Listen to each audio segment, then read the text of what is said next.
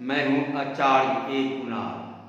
आज मैं आपको बुध पर्वत पर, कनिष्ठा उंगली के नीचे वाले पर्वत यानी बुध पर्वत पर भाला के चिन्ह के बारे में यानी तीर के चिन्ह के बारे में बताऊंगा।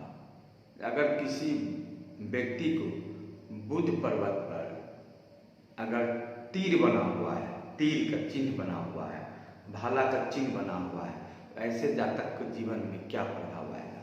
अगर ये बुध पर्वत है, ये कनिष्ठा उंगली के ठीक नीचे वाला बांध को बुध पर्वत कहते हैं। इस बुध पर्वत पर अगर भाला के यानी तीर का चिन्ह बना हुआ है तो ऐसे जातक के जीवन में क्या होगा?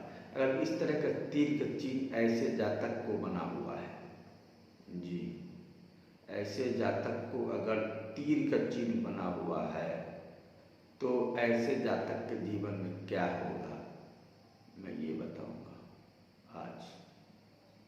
अगर इस तरह का किसी व्यक्ति के हाथ में बुध पर्वत पर, ये बुध पर्वत पर, इस तरह के बुध पर्वत पर अगर भाला के यानी तीर का चिन्ह बना हुआ है बुध पर्वत पर, तो मैं इस बुध पर्वत पर बना हुआ तीर के बारे में आज मैं चर्चा करूंगा।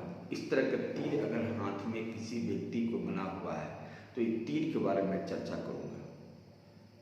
यानी कनिष्ठा उंगली के ठीक नीचे वाले बांध पर अगर तीर किसी व्यक्ति के हाथ में बना हुआ है तो ऐसे जातक का जीवन का प्रभाव मैं आज बताने जा रहा हूं। ऐसे जातक लक्ष्य भेदन में पटु होता है, यानी किसी बात को जवाब देने में तुरंत ही एक्टिव होता है, यानी बात बोलने में ऐसा बात बोलेगा ऐसा जातक, किसी भी बात का जवाब इस प्रकार देगा जो इस पार से उस पार सीना में घुस जाएगा, यानी तीर के समान जवाब देगा। ऐसा तीर किसी भी बात को इस प्रकार से तीर चलाकर मारेगा जो लगेगा छाती को इस पार से उस पार, यानी सीना के इस पार से उस पार हो गया बात। यानी बात को भेदने में ऐसे व्यक्ति लक्ष्य भेदने में पटु होता है।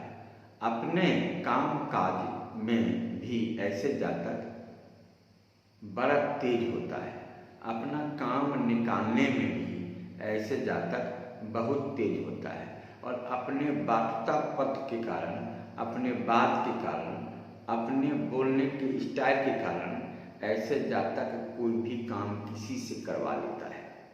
और इस प्रकार से ऐसे जातक किसी बात का जवाब देता है, किसी बात का उत्तर देता है, किसी बात के बदले में उसको बात कहता है, इस तरह कहता है कि इस पार से उस पार, यानी जैसा बात बोलेगा दिमाग को हिला कर रख देगा, यानी आपका दिमाग हिल जाएगा। यानी एक क्वेश्चन को ये जातक कई तरफ उसका जवाब दे देगा, एक क्वेश्चन का कई तरह उसका आंसर दे देगा। यानी ऐसे जातक वाक्यता में आगे होता है, अपने बात के कारण, अपने बोली विचार के कारण बहुत सफल व्यक्ति होता है। अपने बात के कारण ही ऐसे जातक सफल हो जाते हैं, बोलने का लहजा के कारण ही ऐसे व्यक्ति सफल हो जाते हैं।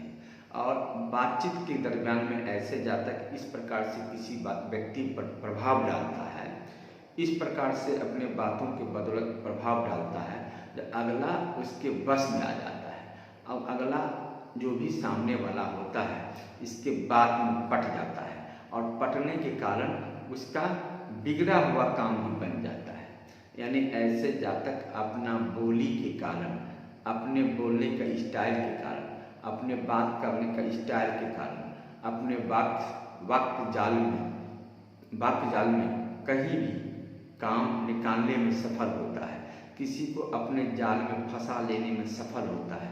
यानी बातचीत के करने के दरमियान में यह व्यक्ति किसी को अपने महाजाल में फंसा लेगा, और फंसाने से ऐसे जातक अपना काम निकाल लेता है, अपना काम कर लेता है, और दौलतमंद भी हो जाता है। ऐसे जातक सारा काम कर लेता है, यानी अपने कमाई में, काम धंधा भी ऐसे जातक सामने वाले को इतना मोहित कर लेता है कि अपना काम उससे निकाल लेता है।